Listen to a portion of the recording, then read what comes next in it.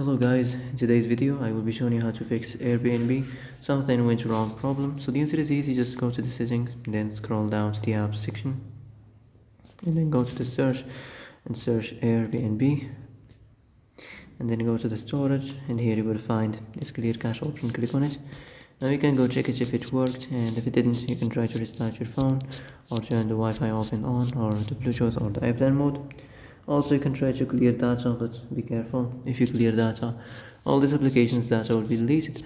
This includes all files, the settings, the accounts, the databases, etc. So be careful if you want to clear your data.